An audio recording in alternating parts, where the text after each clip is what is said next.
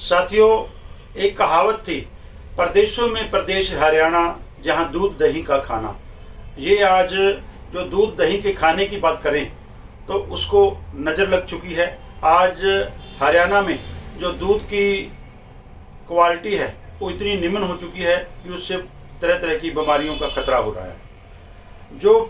जिस दूध में फफूंदी की मात्रा जो ज़्यादा पाई जाती है, जिसको एटी बोलते हैं, एटी की मात्रा ज़्यादा पाई जाती है, उससे भयंकर से भयंकर बीमारियाँ, कैंसर जैसी बीमारियाँ जो है होने का खतरा है। डायरिया तो आम उस दूध से हो जाता है। तो इसके पीछे जो सबसे बड़ा कारण है, हमारे पशु चारा, जो पशुओं को पशु आहार दिया जाता है, उसकी क्वालिटी में बहुत सारी गिरावट आ चुकी है।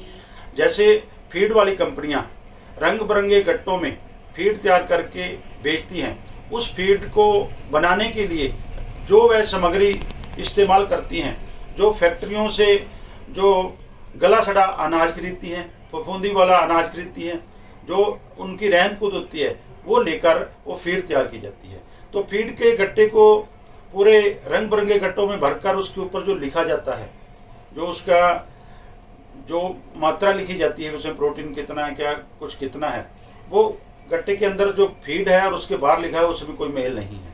और उसके पीछे सबसे बड़ा जो कारण है वो हमारी सरकार की, हरियाणा सरकार की नाकामी है। क्योंकि पशुपालन विभाग और डेयरी विभाग हैं जो, उनका इसके प्रति कोई कंट्रोल नहीं है, कोई इसकी सैंपलिंग नहीं, कोई जांच नहीं है, किसी तरह का ध्यान नहीं है कि जो पशु आहार बिक रहा है, पशु चारा बिक रहा है, फीड और खल चूरी जैसी, चोकर जैसी चीज़ें बिक रही हैं, उसमें क्या भरा जा रहा है, क्या परोसा जा रहा है।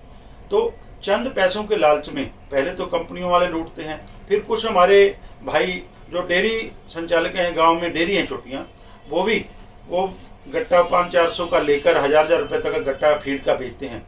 उससे क्या होता है, जो हमारे महंगे पशु हैं वो पशु भी खराब होते हैं, उनके पशुओं का जो है आगे गर्भ नहीं ठहरता है, बहुत सारी पशुओं को बीमारियां लगती हैं। और जब उस चारे से हम चारा पशु को खिलाते हैं, पशु को जब दूध निकालते हैं और दूध बाजार में बेचते हैं, उस दूध में एटी की मात्रा, जो फफूंदी की मात्रा बढ़ जाती है और कई तरह की जो जितना भी हमने गलत चारा, निम्न क्वालिटी का चारा जो हमें दिया गया और हमने डाला है, उससे दूध की क्वालिटी डाउन होती है। जो हमारे पशुपालक किसान हैं वो दिन प्रतिदिन घाटे में जा रहे हैं। उनके घाटे में जाने के कारण क्या है कि उनका जो अच्छी कंपनियां जो बढ़िया रेट में दूध खरीदती हैं, जब वो एटी की मात्रा ज़्यादा होती है, दूध नहीं खरीदती हैं, तो इसलिए वो कम रेटों में, उनके औने पौने दामों में बेचना पड़ता है और वो घाटे में जा रहे हैं, अपना पशु बेच रहे हैं और कम हो रहा है। इसी कारण जो डुप्लीकेट दूध, सिंथेटिक दूध का गोरख धंधा बढ़ रहा है। तो उसके पीछे हम सरकार को, हरियाणा सरकार को चेतावनी देते हैं कि समय रहते आप इसको सुधार करें। आप जो विभाग बनाएं, एक फ्लाइंग विभाग बनाएं, जो जितनी भी फीड वाली कंपनियां हैं, जो उसके अंदर जो फीड बनाने के लिए जो सामग्री यूज़ कर रही हैं, जो अनाज डालती हैं, उसकी क्वालिटी चेक की जाए।